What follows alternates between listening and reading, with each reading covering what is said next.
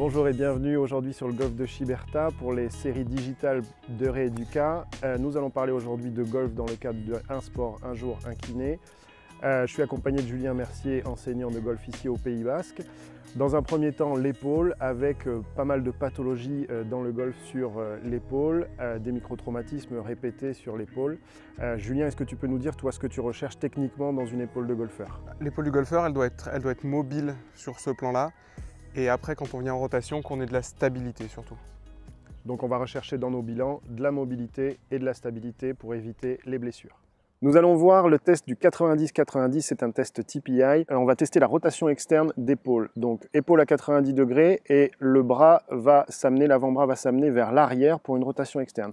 Là, le bras doit passer en arrière de la ligne de la colonne vertébrale. S'il passe en arrière, le test est validé. S'il ne passe pas, le test n'est pas validé. Ensuite, je lui demande de se mettre en position de golf, position fer 5, comme s'il tenait un fer 5. De la même manière, il lève son épaule sur le côté, d'accord, coude à 90, et il va amener son bras vers l'arrière, d'accord, et il doit passer la ligne au niveau de son rachis. Si tous les deux tests sont positifs, si ça passe, pas de problème au niveau de la rotation de l'épaule, de la mobilité, de la stabilité.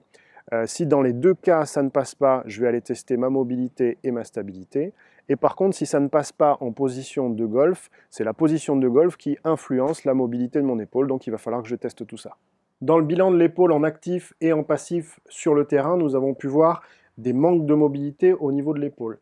Il y a des tests spécifiques que vous pourrez faire sur table pour diagnostiquer un manque de mobilité. Les glissements postérieurs puis antérieurs, les glissements inférieurs,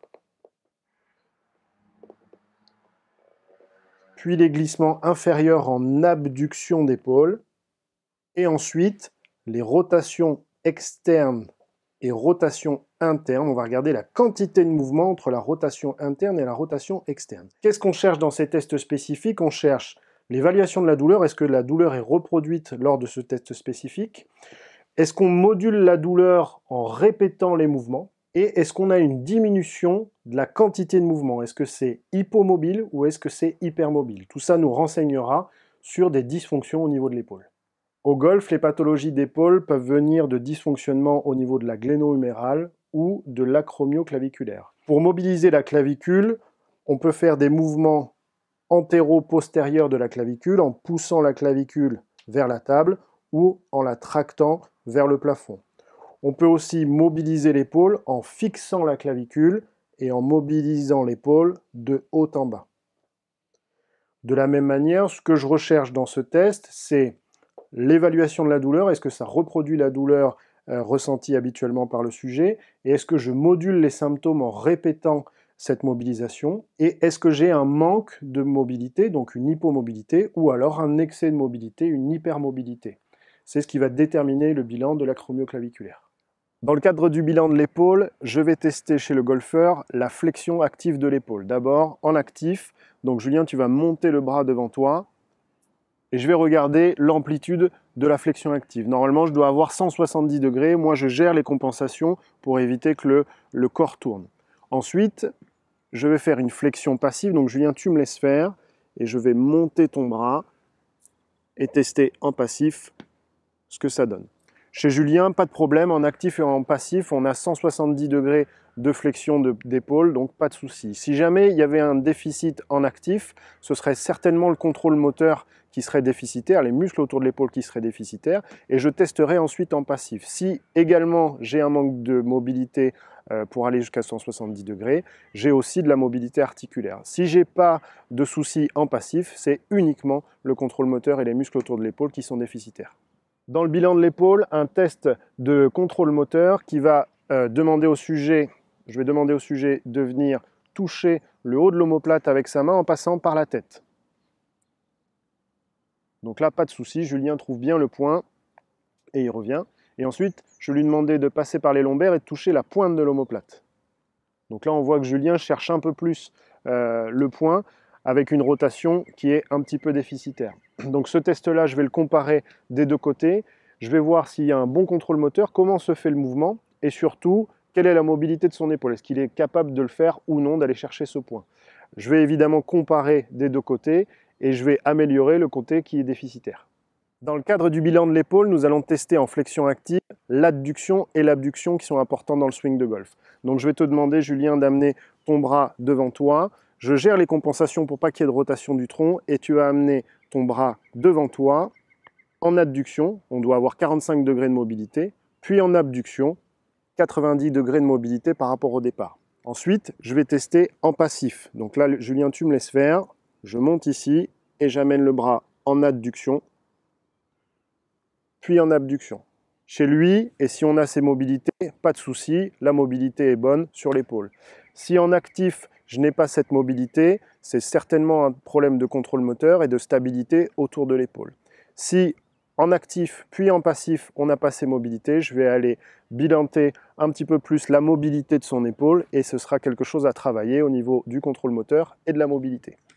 Dans le bilan de l'épaule chez le golfeur, il y a aussi le bilan musculaire où on va pouvoir bilanter la force, l'endurance des muscles, mais aussi les hypoextensibilités musculaires pour les muscles autour de l'épaule. Par exemple, sur le mouvement de flexion, Julien, si tu veux bien lever le bras jusqu'en haut, voilà. Déjà, dans un premier temps, nous allons regarder la faisabilité du mouvement. Est-ce que le mouvement est correctement fait? Ensuite, on va demander au sujet s'il ressent de la douleur lors de ce mouvement. S'il a des douleurs face antérieure d'épaule, je suis sur un déficit de force, d'endurance ou de stabilité contrôle moteur de l'épaule. S'il ressent des douleurs face postérieure d'épaule, les muscles antagonistes à la flexion, là je suis plus sur des hypoextensibilités, des contractures musculaires. Ensuite, ce mouvement et ce bilan peut être décliné sur tous les mouvements de l'épaule. Sur une rotation externe par exemple, si tu veux venir la main là, rotation externe, si j'ai des douleurs au niveau des rotateurs externes, je suis sur un manque de force, un manque d'endurance de ces muscles. Si c'est sur les rotateurs internes,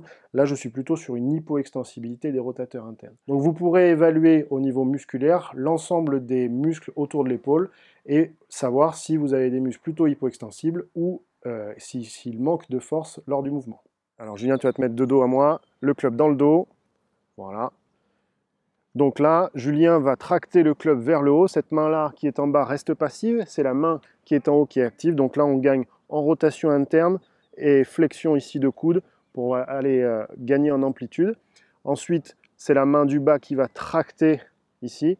Donc là, on est en flexion, abduction d'épaule avec une flexion de coude. Et ensuite, on va gagner en mobilité. On tracte vers le haut, puis ensuite vers le bas. Et vers le bas.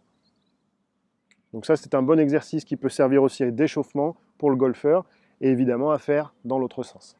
Dans le gain en mobilité de l'épaule, pour de la rotation externe, donc Julien, tu vas avec ton club passer le club derrière le deux bras, voilà, prendre avec cette main, l'autre main, voilà, ici, et ensuite tu vas tracter ta main droite pour amener de la rotation externe d'épaule. Cet exercice-là, vous pouvez le prendre en échauffement ou en routine de mobilité articulaire. Donc pour la routine articulaire, vous pouvez faire 20-30 répétitions. Pour l'échauffement, une dizaine de fois sera suffisante pour l'épaule. Évidemment, vous faites l'épaule opposée. Le volant de camion, donc tu vas prendre ton club de chaque extrémité, voilà, comme un gros volant de camion. Et puis, sur la route, tu vas tourner de droite à gauche. Voilà. Et là, je vais travailler toutes les amplitudes de l'épaule, en flexion d'épaule, en rotation, en abduction, en adduction. Et évidemment, ça, vous pouvez mettre en place dans votre routine de mobilité 20-30 exercices pour la mobilité et une dizaine de répétitions pour l'échauffement. Donc pour travailler la mobilité et le contrôle moteur de l'épaule, je vais utiliser un exercice qui s'appelle le balancier. Donc je vais venir prendre chaque extrémité du club avec mes mains en position de golf. Là, je vais veiller à ce que le tronc ne tourne pas, c'est juste les épaules qui vont travailler. Et tu vas amener le club vers la gauche en poussant avec la main droite, la main gauche est passive. Et ensuite, vers la droite, la main gauche pousse le club et la main droite est passive. Et ensuite, j'alterne droite-gauche en essayant de travailler uniquement dans l'articulation de l'épaule et le moins possible dans la rotation du thorax. En exercice de mobilité, 20, 30, 40 répétitions et ça peut servir aussi d'échauffement, 10, 15 répétitions avant d'aller taper des balles. Là, on va tester la mobilité de l'épaule, le contrôle moteur, mais surtout le rapport dans l'espace que j'ai pour mettre ma main au bon endroit. Donc je vais appeler ce test la chute d'eau. Une main avec la balle de golf qui va se placer au niveau de la nuque et l'autre main au niveau du sacrum. Et tu vas devoir faire tomber la balle et la rattraper dans ta main. Très bien, on change de côté. Donc on inverse les mains et on change. Ah, là ça a ripé un peu sur le dos, donc un peu moins de mobilité sur l'épaule gauche. Encore une fois, très bien. Laisse ta main un tout petit peu plus bas ici. Parfait, c'est pas mal. Un contrôle moteur qui est bon, il arrive bien à gérer ses mains dans l'espace et une mobilité peut-être à améliorer sur l'épaule gauche en rotation externe. Pour travailler l'ensemble des mobilités de l'épaule et du rachis thoracique, puisque c'est important dans le swing de golf, on va faire un exercice qui s'appelle l'exercice de la crosse de hockey. Donc tu vas prendre le club comme si tu avais une crosse de hockey pour slapper. Et là, tu vas engager tes épaules vers l'arrière, le rachis thoracique, et ensuite venir vers l'avant en engageant les hanches, puis les épaules, le rachis thoracique. Très bien, tu reviens. Vas-y, monte. Et redescend. C'est un exercice qui est très intéressant à faire pour gagner de la vélocité, pour gagner de la vitesse, mais surtout pour travailler aussi le côté opposé. Donc tu vas le faire à l'inverse, avec une crosse de hockey comme un gaucher, et tu montes et tu redescends. Donc là, travail de mobilité, travail de renforcement musculaire et d'exercice de rapidité, mais aussi vous pouvez l'introduire dans votre échauffement. Pour finir sur la mobilité de l'épaule, on s'aperçoit aussi que dans les articles scientifiques, le rachis thoracique est très important pour éviter tout dysfonctionnement de l'épaule. Dans le swing de golf, c'est pareil, Julien, je crois. Exactement, ouais. Le rachis thoracique il est hyper important parce qu'on va venir en rotation, donc on a besoin de beaucoup de mobilité.